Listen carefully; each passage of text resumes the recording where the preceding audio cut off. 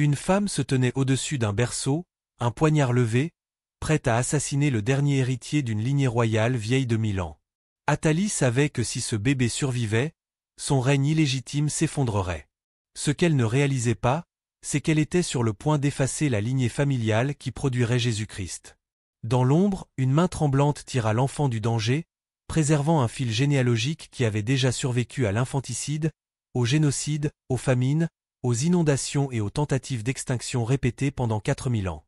Cette lignée sanguine traverse l'histoire humaine comme un fleuve tumultueux, serpentant à travers les civilisations anciennes, survivant contre des champs impossibles, reliant des empires et des cultures dans un récit qui défie toute logique humaine. Des premiers pas d'Adam dans le jardin d'Éden aux pas de Jésus sur les routes poussiéreuses de la Palestine, cette généalogie tisse ensemble l'archéologie, l'histoire ancienne et la révélation divine en une tapisserie si complexe que les érudits continuent de découvrir ses fils cachés aujourd'hui. Au sommet de cet arbre familial extraordinaire se dressent Adam et Ève, les premiers humains créés par Dieu selon les Écritures. Leur nom résonne à travers les millénaires, Adam, signifiant homme ou fait de terre, et Ève, mère de tous les vivants. Dans le jardin parfait qu'était l'Éden, ils marchaient avec leur Créateur dans la fraîcheur du soir, leur voix se mêlant au chant des oiseaux et au murmure des ruisseaux. L'air était pur, non pollué par la mort ou la décadence, et chaque fruit qu'ils goûtaient explosait de saveurs que nos papilles gustatives modernes ne peuvent même pas imaginer. Mais l'innocence se brisa comme du verre fragile. Le serpent antique glissa vers Ève, sa voix sifflante tissant des mensonges qui changeraient à jamais le cours de l'histoire humaine. « Vous ne mourrez certainement pas, murmura-t-il, ses écailles captant la lumière filtrée à travers les feuilles luxuriantes. Vos yeux s'ouvriront, et vous serez comme Dieu. » Le fruit défendu pendait lourd sur sa branche, sa peau lisse et tentante. Lorsqu'Ève tendit la main, puis Adam à son tour, le péché entra dans le monde comme un poison dans les veines, et avec lui, la mort. Leurs premiers-nés, Caïn et Abel, portaient en eux cette nature déchue. Caïn, l'aîné, cultivait la terre avec ses mains calleuses, suant sous le soleil implacable qui battait maintenant la création maudite. Abel gardait les moutons, menant ses troupeaux vers les pâturages verts, le bêlement doux des agneaux accompagnant ses journées. Quand vint le temps d'offrir des sacrifices à Dieu, les deux frères apportèrent leurs offrandes. Abel sélectionna les premiers-nés de son troupeau, les plus gras et les plus parfaits, leur laine blanche comme la neige nouvellement tombée. Caïn rassembla des fruits de la terre, mais son cœur n'était pas droit. Le feu divin descendit et consuma l'offrande d'Abel, mais l'offrande de Caïn resta intacte, froide et rejetée. La rage monta en Caïn comme de la lave dans un volcan. Ses yeux s'assombrirent, ses mâchoires se serrèrent, et ses mains se fermèrent en poing. « Pourquoi es-tu irrité ?» demanda la voix de Dieu, résonnant comme un tonnerre lointain. « Si tu agis bien, ne seras-tu pas agréé ?» Mais Caïn avait déjà choisi son chemin. Dans un champ isolé, sous un ciel qui semblait retenir son souffle, il frappa son frère. Le premier meurtre de l'histoire humaine teignit la terre de rouge, et avec lui, la lignée vers le Messie faillit s'éteindre avant même d'avoir commencé. La voix d'Abel criait vers Dieu depuis le sol, et Caïn fut maudit, condamné à errer comme un fugitif et un vagabond. Adam et Ève pleurèrent leur fils mort et leur fils meurtrier. Leurs larmes tombaient sur la terre durcie, et leur cœur se brisait sous le poids d'un chagrin qu'aucun parent avant eux n'avait jamais connu. Mais Dieu, dans sa miséricorde, leur donna un troisième fils, Seth, dont le nom signifie « accordé » ou « substitué ». En lui, l'espoir renaissait comme l'aube après la nuit la plus sombre. Seth épousa selon toute probabilité l'une de ses sœurs, car la Bible suggère qu'Adam et Ève eurent de nombreux autres fils et filles. Dans ces premiers jours de l'humanité, lorsque le patrimoine génétique était pur et non corrompu par des générations de mutations, de tels mariages étaient nécessaires pour peupler la terre. Seth engendra Enoch, et avec lui commença cette lignée remarquable qui traverserait les âges comme un fleuve doré coulant à travers l'histoire. Cette génération après Seth, alors que la méchanceté humaine se répandait sur la terre comme une maladie virulente, naquit un homme juste nommé Noé. Les Écritures nous disent que Noé était un homme juste et intègre dans sa génération. Noé marchait avec Dieu. Dans un monde où toute l'imagination des pensées du cœur de l'homme était seulement mauvaise en tout temps, Noé brillait comme une étoile solitaire dans l'obscurité totale. Dieu regarda la terre et vit que la corruption était complète. La violence remplissait la terre, et l'humanité s'enfonçait dans des abîmes de dépravation qui faisaient gémir la création elle-même. « Je vais détruire l'homme que j'ai créé de dessus la face de la terre », déclara le Créateur, sa voix résonnant avec la tristesse d'un père brisé par la rébellion de ses enfants. Mais à Noé, Dieu donna un commandement extraordinaire, « Fais-toi une arche de bois de gopher ». Pendant des décennies, Noé construisit ce navire massif, ses mains se durcissant au travail, ses muscles se tendant sous l'effort. L'odeur de la résine et du bois fraîchement coupé emplissait l'air tandis qu'il assemblait planche après planche selon les spécifications divines exactes. 150 mètres de long, 25 de large, 15 de haut, un navire si grand qu'il n'y en aurait pas de semblable jusqu'à l'époque moderne. Les moqueries résonnaient autour de lui comme un cœur cruel. Noé construit un bateau, riaient ses voisins, mais où est l'eau? Le soleil brillait chaque jour, les cieux étaient clairs comme du cristal, et aucun nuage ne menaçait à l'horizon. Pourtant Noé continuait, sa foi inébranlable comme le roc, obéissant à une voix que lui seul pouvait entendre. Quand l'arche fut terminée, Dieu commanda, « Entre dans l'arche, toi et toute ta maison. » Noé, sa femme, ses 3 fils Sem, Cham et Japheth, et leurs épouses, 8 âmes au total, entrèrent dans ce refuge divin. Puis vinrent les animaux, par paires et par 7, remplissant l'arche d'un zoo cacophonique. Les rugissements des lions se mêlaient aux barrissements des éléphants, aux hennissements des chevaux et aux cris de milliers d'espèces. L'odeur animale était écrasante, mélange de fourrure, de plumes et de foin. Puis Dieu ferma la porte. 7 jours passèrent dans un silence oppressant. Puis, toutes les sources du grand abîme se rompirent, et les écluses des cieux s'ouvrirent. Ce ne furent pas de simples gouttes de pluie, mais des torrents descendant du ciel comme si l'océan céleste s'était renversé. La terre tremblait sous l'impact de l'eau, les rivières débordaient, les montagnes disparaissaient sous les flots montants. Les cris d'angoisse de l'humanité mourante se perdaient dans le rugissement assourdissant du déluge. Pendant 150 jours, l'arche flotta sur les eaux destructrices. À l'intérieur, la famille de Noé sentait le navire craquer et gémir sous la pression des vagues monstrueuses. L'obscurité totale régnait, brisée seulement par la faible lueur des lampes à huile. L'air était étouffant, chargé de l'humidité et des odeurs animales. Mais ils étaient en vie, protégés par la main de Dieu tandis que le monde extérieur périssait.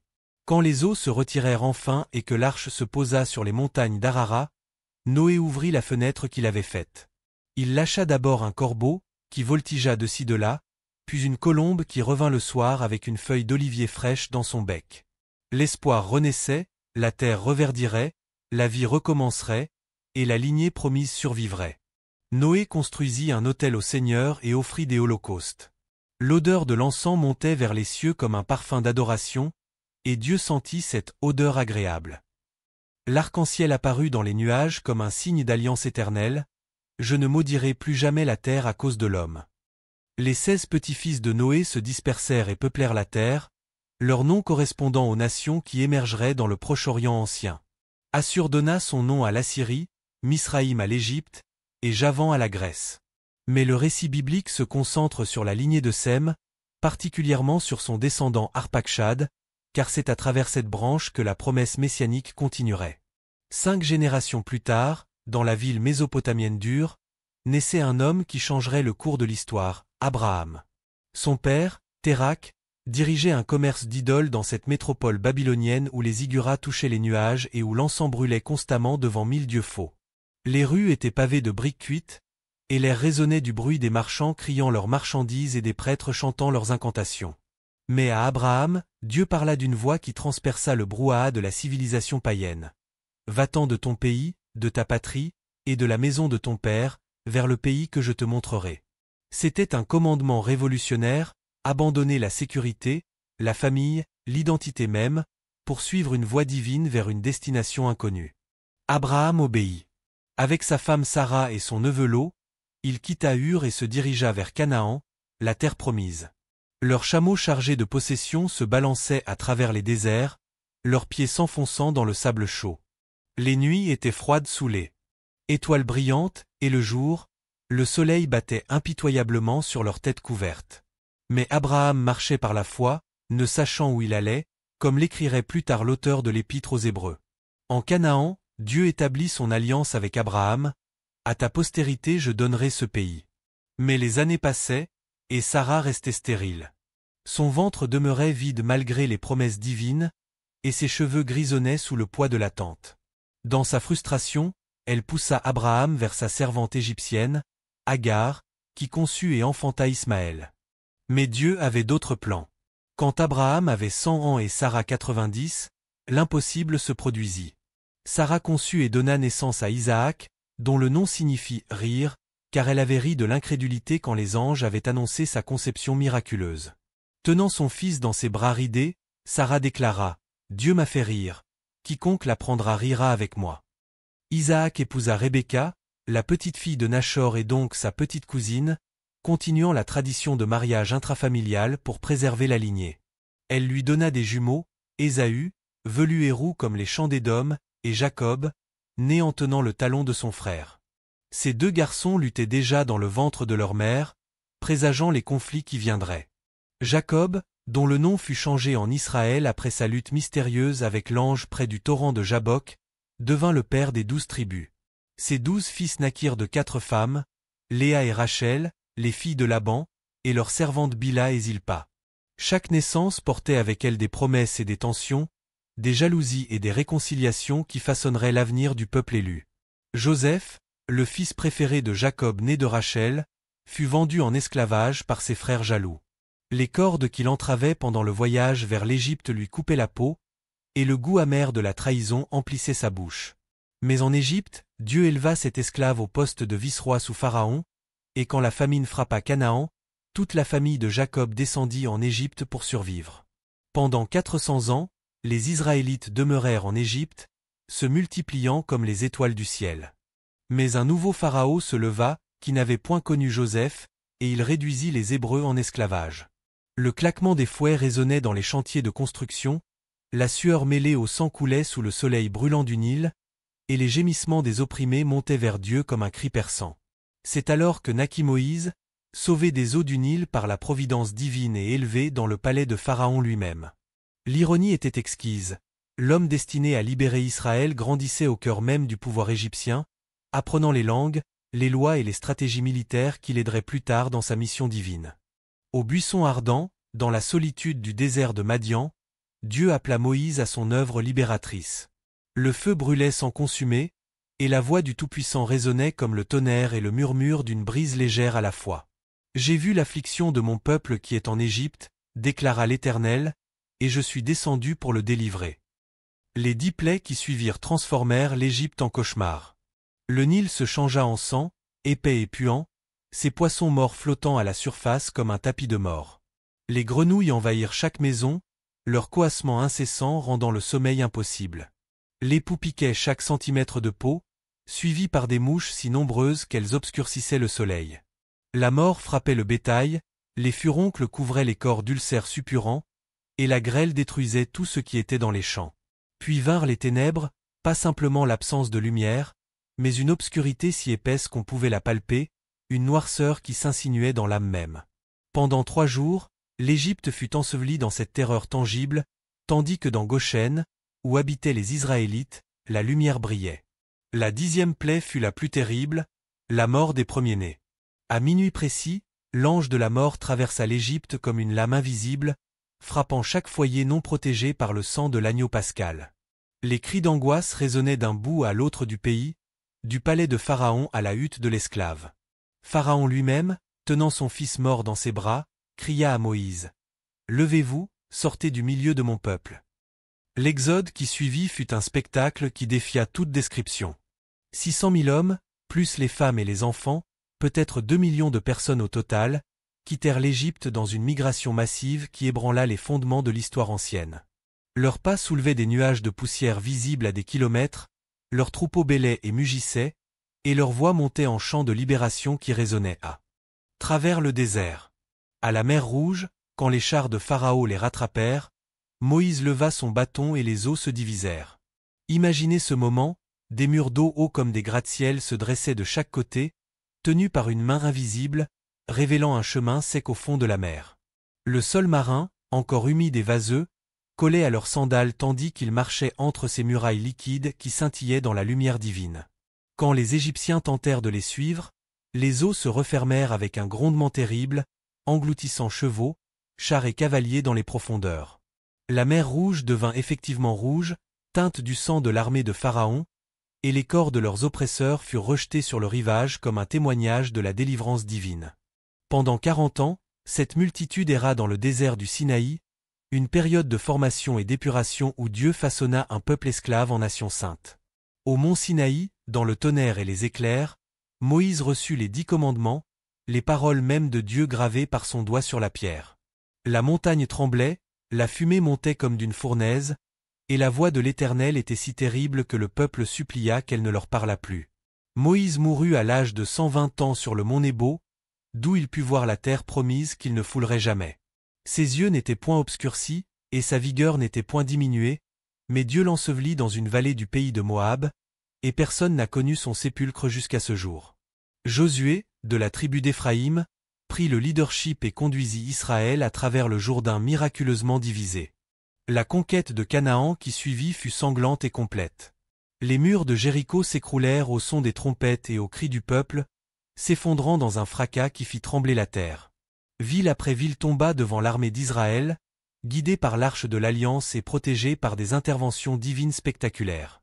Le soleil s'arrêta dans sa course à Gabaon, prolongeant le jour pour permettre la victoire complète, et des grêlons tombèrent du ciel pour écraser les ennemis en fuite. La période des juges qui suivit fut marquée par des cycles répétés de rébellion, d'oppression et de délivrance. Déborah, la prophétesse, rendait la justice sous son palmier et conduisait Israël à la bataille. Gédéon, avec seulement 300 hommes choisis par Dieu, défie l'armée innombrable des Madianites grâce à des cruches, des torchers et des trompettes. Samson, doté d'une force surnaturelle liée à ses cheveux non coupés, terrifiait les Philistins par ses exploits extraordinaires avant de mourir dans l'effondrement du temple de Dagon. L'appel d'Israël pour un roi culmina avec l'onction de Saul par le prophète Samuel.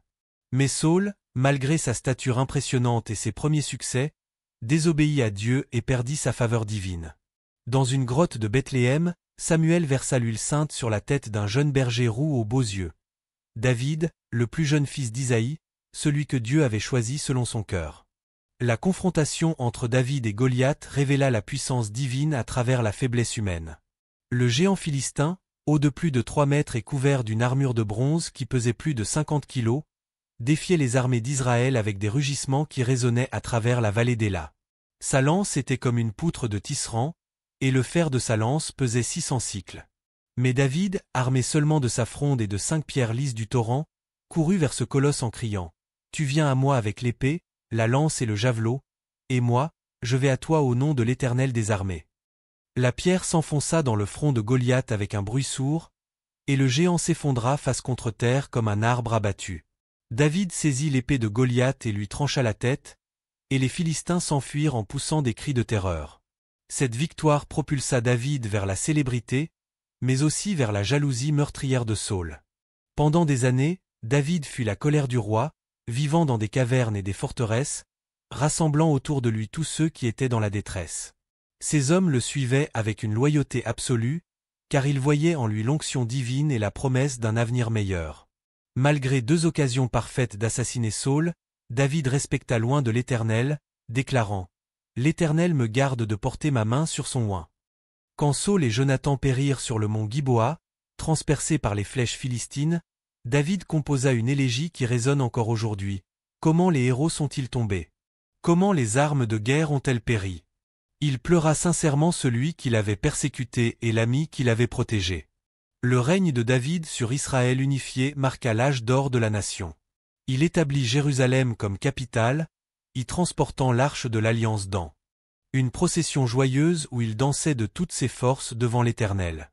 Ses conquêtes étendèrent les frontières d'Israël de l'Euphrate à la frontière égyptienne, et les nations environnantes payaient tribut à ce roi berger devenu empereur. Mais même David n'était pas parfait.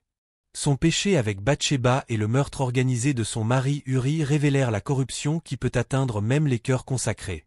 Quand le prophète Nathan le confronta avec la parabole de l'homme riche qui vola l'unique agnelle du pauvre, David prononça sa propre condamnation avant de réaliser « Tu es cet homme ». Sa repentance fut aussi profonde que son péché, donnant naissance au psaume 51 « Crée en moi un cœur pur, ô Dieu ». Salomon, né de cette union marquée par le péché mais béni par la grâce divine, hérita du trône et surpassa son père en sagesse et en richesse. Sa demande à Dieu pour un cœur intelligent, plutôt que pour des richesses personnelles plut à l'Éternel, qui lui accorda non seulement la sagesse mais aussi des richesses et une gloire sans pareille. Le temple que Salomon construisit à Jérusalem était une merveille architecturale qui attirait des visiteurs du monde entier.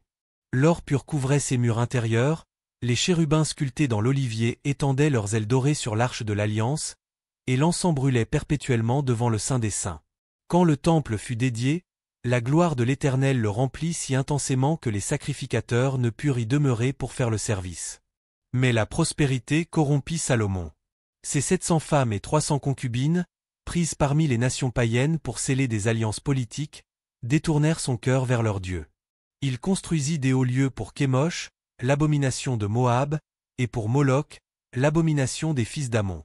L'homme le plus sage du monde devint fou d'idolâtrie, et Dieu prononça le jugement. Le royaume serait divisé. À la mort de Salomon en 930 avant Jésus-Christ, une date pivot acceptée par tous les érudits, son fils Roboam hérita du trône de Juda, mais Jéroboam, de la tribu d'Éphraïm, mena la révolte des 10 tribus du nord. Israël se divisa en 2 royaumes rivaux, accomplissant la prophétie divine mais déchirant le cœur de la nation élue. Le royaume du nord, conservant le nom d'Israël, sombra rapidement dans l'idolâtrie. Jéroboam érigea des veaux d'or à Béthel et à Dan, déclarant au peuple, « Voici tes dieux, Israël, qui t'ont fait monter du pays d'Égypte. » Cette apostasie scella le destin du royaume nordique. Dynastie après dynastie s'éleva et tomba dans le sang, l'intrigue et l'assassinat. Omri fonda Samarie comme nouvelle capitale, une cité qui rivaliserait avec Jérusalem en magnificence mais jamais en sainteté. Achab et Jézabel représentèrent le nadir de la corruption royale. Cette princesse phénicienne introduisit le culte de Baal avec une férocité qui fit trembler même les cœurs endurcis. Elle massacra les prophètes de l'Éternel, érigea des autels à ses divinités païennes, et transforma le palais royal en temple de débauche. C'est contre elle qu'Élie, le prophète de feu, se dressa avec une audace qui défie l'imagination. Sur le mont Carmel, Élie défia 450 prophètes de Baal et 400 prophètes d'Achéra à un duel spirituel qui déterminerait le vrai Dieu d'Israël. Depuis le matin jusqu'à midi, les prophètes païens dansèrent autour de leur autel, s'incisant avec des couteaux et des lances jusqu'à ce que le sang coule. Criez à haute voix, se moqua Élie, car il est Dieu, il a des pensées, ou il est occupé, ou il est en voyage. Peut-être qu'il dort et se réveillera. Puis Élie répara l'autel de l'Éternel avec 12 pierres selon le nombre des tribus d'Israël, disposa le bois, plaça le taureau coupé en morceaux, et commanda qu'on verse 4 cruches d'eau sur l'holocauste et sur le bois. 3 fois l'eau coula, remplissant même le fossé creusé autour de l'autel. Alors Élie s'approcha et pria, « Éternel, Dieu d'Abraham, d'Isaac et d'Israël. Que l'on sache aujourd'hui que tu es Dieu en Israël. » Le feu de l'Éternel tomba et consuma l'holocauste, le bois, les pierres, la poussière, et l'échalot qui était dans le fossé. Quand tout le peuple vit cela, ils tombèrent sur leurs faces et s'écrièrent, « L'Éternel est Dieu. L'Éternel est Dieu. » Les faux prophètes furent saisis et égorgés près du torrent de Kison, et leurs cris d'agonie furent emportés par le vent. Malgré ces interventions spectaculaires, le royaume du Nord continua sa spirale descendante. En 722 avant Jésus-Christ, Salmanasar V d'Assyrie assiégea Samarie. La famine dans la ville devint si terrible que les mères mangèrent leurs propres enfants. Quand les murs furent finalement percés, les Assyriens déportèrent les survivants vers les confins de leur empire, les dispersant si complètement qu'ils devinrent les 10 tribus perdues d'Israël. Le royaume de Juda, bien que béni par des rois pieux comme Asa, Josaphat et Ézéchia, connut aussi ces périodes sombres. Athalie, cette fille de Jézabel, s'empara du trône en massacrant tous les héritiers royaux, ou du moins le croyait-elle. Mais Josaba, sœur du roi Achazia, sauva secrètement le petit Joas, âgé d'1 an seulement, et le cacha dans la maison de l'Éternel pendant 6 ans. L'ironie était parfaite, tandis qu'Athalie régnait dans son palais, pensant avoir éteint la lignée davidique, l'héritier légitime grandissait dans le temple même, sous les yeux du grand prêtre Jojada. À l'âge de 7 ans, lors d'un coup d'État soigneusement orchestré, Joas fut couronné roi. Quand Athalie entendit le bruit du peuple qui courait et acclamait le roi, elle vint vers le peuple dans la maison de l'Éternel et vit le jeune roi debout près de la colonne, selon la coutume, avec les chefs et les trompettes près du roi. Elle déchira ses vêtements et cria « Conspiration !» Conspiration. Mais il était trop tard. Elle fut menée hors de l'enceinte du temple et exécutée, et la lignée messianique survécut encore une fois à l'extinction. Ézéchia représenta l'un des sommets de la piété royale. Quand Sanchérib d'Assyrie assiégea Jérusalem en 701 avant Jésus-Christ, ses messagers se moquèrent du Dieu d'Israël avec des blasphèmes qui firent frémir les cieux. « Que ton Dieu, en qui tu te confies, ne t'abuse point », écrivirent-ils à Ézéchia, en disant « Jérusalem ne sera point livrée entre les mains du roi d'Assyrie. » Ézéchia monta à la maison de l'Éternel et déploya cette lettre devant l'Éternel en priant « Éternel des armées, Dieu d'Israël, qui es assis entre les chérubins. C'est toi qui es le seul Dieu de tous les royaumes de la terre, c'est toi qui as fait les cieux et la terre. » Cette nuit-là, l'ange de l'Éternel sortit et frappa 185 000 hommes dans le camp des Assyriens. Quand on se leva le matin, voici, c'étaient tous des corps morts. L'archéologie moderne a confirmé cette dévastation miraculeuse. Les annales de Sanchérib, découvertes dans son palais à Ninive, admettent étrangement qu'il enferma Ézéchia comme un oiseau en cage, mais ne prétendent jamais avoir pris Jérusalem, un silence éloquent de la part d'un roi qui se vantait habituellement de ses conquêtes complètes. Mais même la piété d'Ézéchia ne put empêcher le jugement final. Manassé, son fils, régna 55 ans, et fit ce qui est mal aux yeux de l'Éternel, selon les abominations des nations. Il reconstruisit les hauts lieux qu'Ézéchia avait détruits, éleva des autels à Baal, fit une idole d'Achéra, et alla jusqu'à faire passer son fils par le feu selon les rites cananéens. Il répandit aussi beaucoup de sang innocent, jusqu'à ce que Jérusalem en fût remplie d'un bout à l'autre. Josia, arrière-petit-fils de Manassé, tenta une dernière réforme. Quand les ouvriers trouvèrent le livre de la loi dans le temple pendant les réparations, sa lecture révéla l'ampleur de l'apostasie nationale. Josia déchira ses vêtements et pleura devant l'Éternel. Il détruisit tous les hauts lieux depuis Géba jusqu'à Beersheba, brisa les statues, abattit les idoles, et profana Tophet pour qu'aucun homme ne fît passer son fils ou sa fille par le feu en l'honneur de Moloch. Mais il était trop tard. La prophétesse Hulda avait prononcé l'oracle divin. « Voici, je vais faire venir des malheurs sur ce lieu et sur ses habitants. » En 605 avant Jésus-Christ, Nebuchadnezzar de Babylone commença ses campagnes contre Juda. Après plusieurs sièges et déportations, en 586 avant Jésus-Christ, Jérusalem tomba finalement. Le temple de Salomon, cette merveille du monde antique, fut réduit en cendres. Ses colonnes de bronze furent brisées, ses objets d'or et d'argent pillés, et ses pierres dispersées. Les derniers rois de Juda, Joachim, Joachim et Sédécia, furent humiliés, aveuglés ou exilés. La lignée davidique semblait définitivement brisée. Mais Dieu avait préservé un reste. À Babylone, Daniel interpréta les songes des rois, Ézéchiel prophétisa près du fleuve du Kébar, et les exilés pleurèrent en se souvenant de Sion. Au saule de cette contrée nous avons suspendu nos harpes. Là, ceux qui nous avaient emmenés captifs nous demandaient des cantiques. Comment chanterions-nous les cantiques de l'Éternel sur une terre étrangère? 70 ans plus tard, exactement comme Jérémie l'avait prophétisé, Cyrus le grand de Perse autorisa le retour. Son édit, gravé sur le cylindre de Cyrus découvert par les archéologues, proclamait « L'Éternel, le Dieu des cieux, m'a donné tous les royaumes de la terre, et il m'a commandé de lui bâtir une maison à Jérusalem en Juda. » Zorobabel, descendant direct de David, mena le premier groupe de rapatriés. Avec Josué, le souverain sacrificateur, il posa les fondements du second temple. Quand la pierre de fondement fut posée, les vieux sacrificateurs, les Lévites, et les chefs de famille qui avaient vu la première maison pleurèrent à haute voix, tandis que beaucoup d'autres poussaient des cris de joie avec de grands éclats, et le bruit se faisait entendre au loin. Esdras, ce scribe versé dans la loi de Moïse, mena une deuxième vague de retour et restaura la pureté spirituelle du peuple. Néhémie reconstruisit les murailles de Jérusalem en 52 jours malgré l'opposition féroce des ennemis. « Nous bâtissions la muraille, écrit-il, et elle fut partout achevée jusqu'à la moitié de sa hauteur. » Le peuple avait du cœur à l'ouvrage. Avec Malachie, vers 430 avant Jésus-Christ, la voix prophétique se tut pendant 4 siècles. Cette période intertestamentaire vit l'ascension et la chute des empires. La Perse tomba devant Alexandre le Grand, dont l'empire fut divisé entre ses généraux. Les Ptolémées d'Égypte et les Séleucides de Syrie se disputèrent le contrôle de la Palestine, jusqu'à ce qu'Antiochus IV Épiphane profane le temple en y érigeant une statue de Zeus et en y sacrifiant des porcs. Cette abomination déclencha la révolte des Maccabées. Mattathias, vieux prêtre de Modin, refusa de sacrifier aux idoles et tua l'officier syrien qui l'Y forçait. Ses 5 fils, dirigés par Judas Maccabée, menèrent une guerre de guérilla qui aboutit à la purification du temple et à l'établissement de la dynastie hasmonéenne. Les Hasmonéens régnèrent jusqu'à l'arrivée des Romains en 63 avant Jésus-Christ.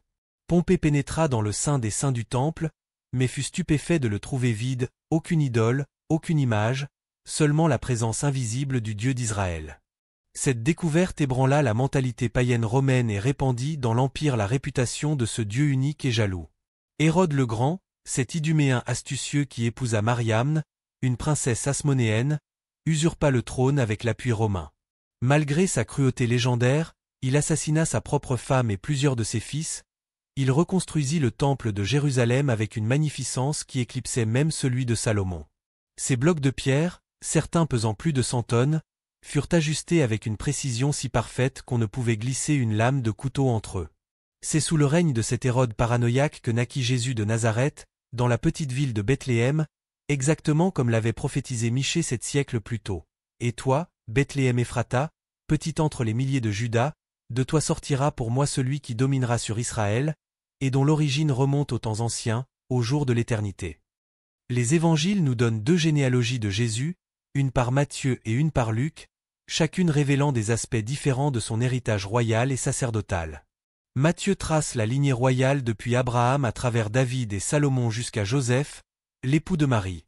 Cette généalogie comprend des femmes remarquables, Tamar, qui obtint justice par la ruse, Rahab, la prostituée de Jéricho qui cacha les espions israélites, Ruth, la Moabite fidèle, et Bathsheba, mentionnée comme celle qui avait été femme d'Uri. Luc, quant à lui, remonte jusqu'à Adam, soulignant l'universalité du salut offert par Jésus. Sa liste comprend Nathan, un autre fils de David, plutôt que Salomon, suggérant peut-être la lignée de Marie. Cette généalogie compte 77 noms, 7 fois 11, des nombres de perfection spirituelle, depuis Adam jusqu'à Jésus. L'ange Gabriel apparut à Marie dans la petite ville de Nazareth avec l'annonce qui changerait l'histoire. « Réjouis-toi, toi à qui une grâce a été faite, le Seigneur est avec toi. » Troublée par cette salutation, Marie écouta l'impossible promesse. « Voici, tu deviendras enceinte, et tu enfanteras un fils, et tu lui donneras le nom de Jésus. Il sera grand et sera appelé Fils du Très-Haut, et le Seigneur Dieu lui donnera le trône de David, son père. » Comment cela se fera-t-il, demanda Marie, puisque je ne connais point d'homme. La réponse angélique défie toute explication naturelle. Le Saint-Esprit viendra sur toi, et la puissance du Très-Haut te couvrira de son ombre. C'est pourquoi le Saint-Enfant qui naîtra de toi sera appelé Fils de Dieu.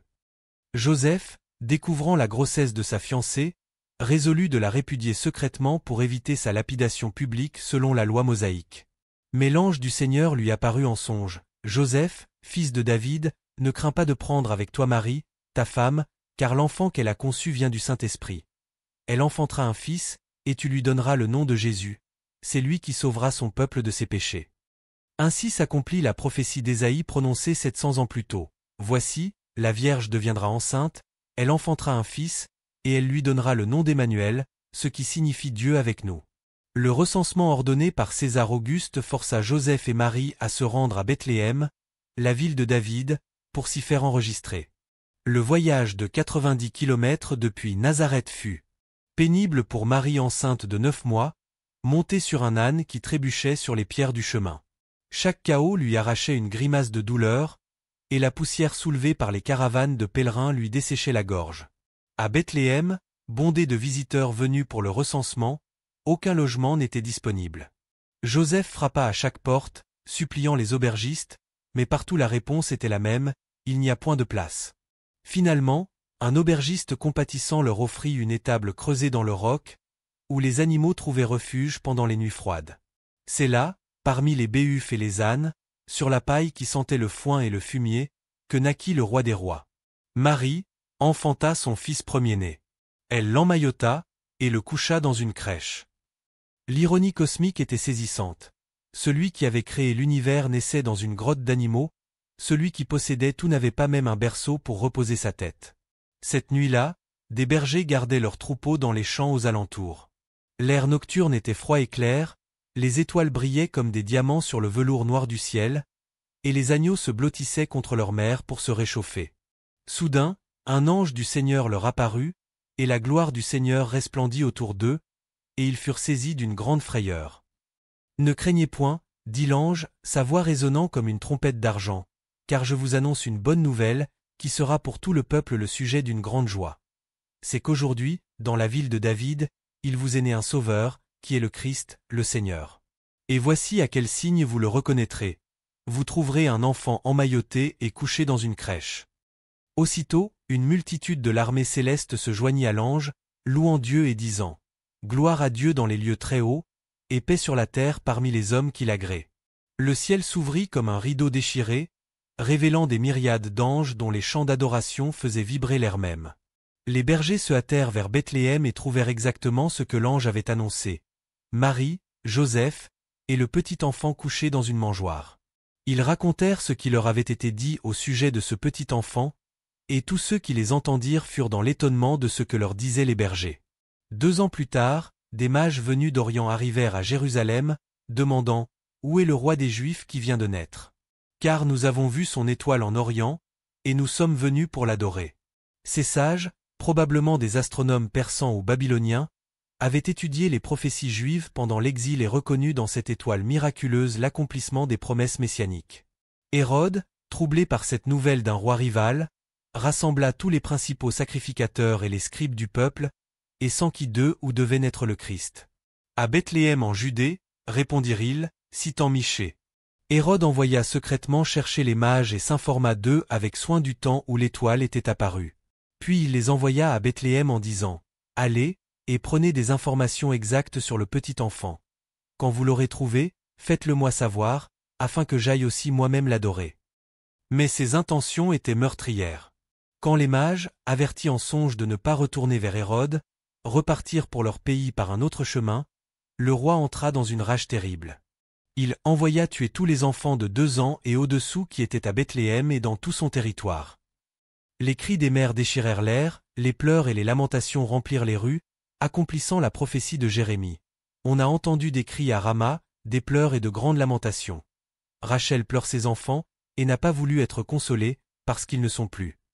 Mais Jésus avait échappé au massacre. Averti par un ange, Joseph avait fui en Égypte avec Marie et l'enfant, répétant l'exode ancestral du peuple élu. Ils demeurèrent en terre d'exil jusqu'à la mort d'Hérode, accomplissant cette autre prophétie, « J'ai appelé mon fils hors d'Égypte ». Ainsi, à travers 4 millénaires d'histoires tumultueuses, la lignée promise avait survécu contre toute probabilité. Depuis les premiers pas d'Adam dans l'Éden jusqu'au vagissement de Jésus dans la crèche de Bethléem, le fil d'or de la promesse messianique avait traversé les déluges et les famines, les guerres et les exils, les tentatives d'extinction et les apostasies nationales. Chaque génération avait porté en elle l'espoir du monde, souvent sans le savoir, préservant jalousement l'héritage qui culminerait dans l'enfant de Bethléem. Cette généalogie n'est pas qu'une liste de noms anciens gravés dans la pierre, c'est le témoignage vivant de la fidélité divine à travers les siècles. Chaque nom représente une vie humaine avec ses luttes, ses victoires, ses échecs et ses espoirs. Chaque génération a fait face à ses propres tentations et défis, portant le flambeau de la promesse vers l'avenir avec foi ou par accident, mais toujours sous la providence souveraine de Dieu. Les fouilles archéologiques modernes continuent de valider cette saga extraordinaire. La stèle de Tel Dan mentionne la « maison de David », confirmant l'existence historique du roi berger. Les annales assyriennes parlent d'Omri et de ses successeurs. Les archives babyloniennes enregistrent la déportation de Joachim. Chaque découverte ajoute une nouvelle dimension à cette histoire qui unit la foi et les faits, la prophétie et l'accomplissement. Regardez les connexions étonnantes, cette lignée unit Abraham, Isaac et Jacob, les patriarches vénérés par 3 grandes religions mondiales. L'islam trace Mohammed jusqu'à Ismaël, le christianisme et le judaïsme remontent à Isaac. Moïse, qui divisa la mer Rouge, et David, qui terrassa Goliath, appartiennent tous deux à cette chaîne généalogique. Salomon le sage et Ézéchias le pieux y trouvent leur place aux côtés de figures plus sombres comme Manassé et Achab. Qu'est-ce qui vous frappe le plus dans cette épopée? Est-ce la providence divine qui préserve une famille à travers les catastrophes nationales? Est-ce la façon dont Dieu utilise même les échecs humains pour accomplir ses desseins éternels? Ou est-ce la réalisation que cette lignée, commencée dans un jardin paradisiaque, trouve son accomplissement dans une étable de Bethléem? Cette généalogie nous confronte à des questions profondes sur notre propre héritage spirituel. Comme cette lignée messianique, nos vies individuelles s'inscrivent dans un plan plus vaste que nous ne pouvons entièrement saisir. Nous sommes tous, d'une certaine manière, porteurs d'espoir pour les générations futures, responsables de transmettre non seulement la vie biologique mais aussi les valeurs éternelles qui donnent un sens à l'existence. Pensez au moment où cette lignée aurait pu s'éteindre. Quand Caïn tua Abel, quand le déluge détruisit l'humanité, quand Pharaon ordonna l'infanticide des bébés hébreux, quand Athalie massacra la famille royale. À chaque fois, Dieu préserva un reste, souvent un seul individu, pour continuer l'histoire. Cela nous rappelle que nos vies individuelles ont une importance cosmique dans le plan divin.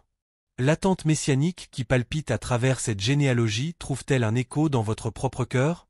Comme ces générations qui ont vécu et sont mortes dans l'espoir de voir l'accomplissement des promesses divines, nous aussi nous vivons dans l'attente, peut-être du retour du Christ, peut-être de la justice parfaite, peut-être de la réconciliation finale entre Dieu et l'humanité.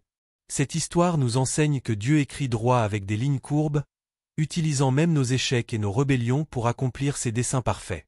Elle nous montre que la fidélité divine transcende notre infidélité, que sa grâce surpasse nos mérites, et que son amour persiste malgré nos rejets répétés. Merci de m'avoir accompagné dans cette traversée extraordinaire de l'histoire biblique, des origines de l'humanité jusqu'à la naissance du Sauveur. Cette lignée qui unit Adam à Jésus n'est pas seulement un exercice généalogique, c'est le témoignage de l'amour patient et persévérant de Dieu pour sa création, écrit dans le sang, les larmes et l'espoir de 40 siècles d'histoire humaine. Puisse cette méditation enrichir votre compréhension de l'œuvre divine dans l'histoire et dans votre propre vie, et n'hésitez pas à partager vos réflexions sur cette saga biblique extraordinaire qui continue de façonner notre monde aujourd'hui.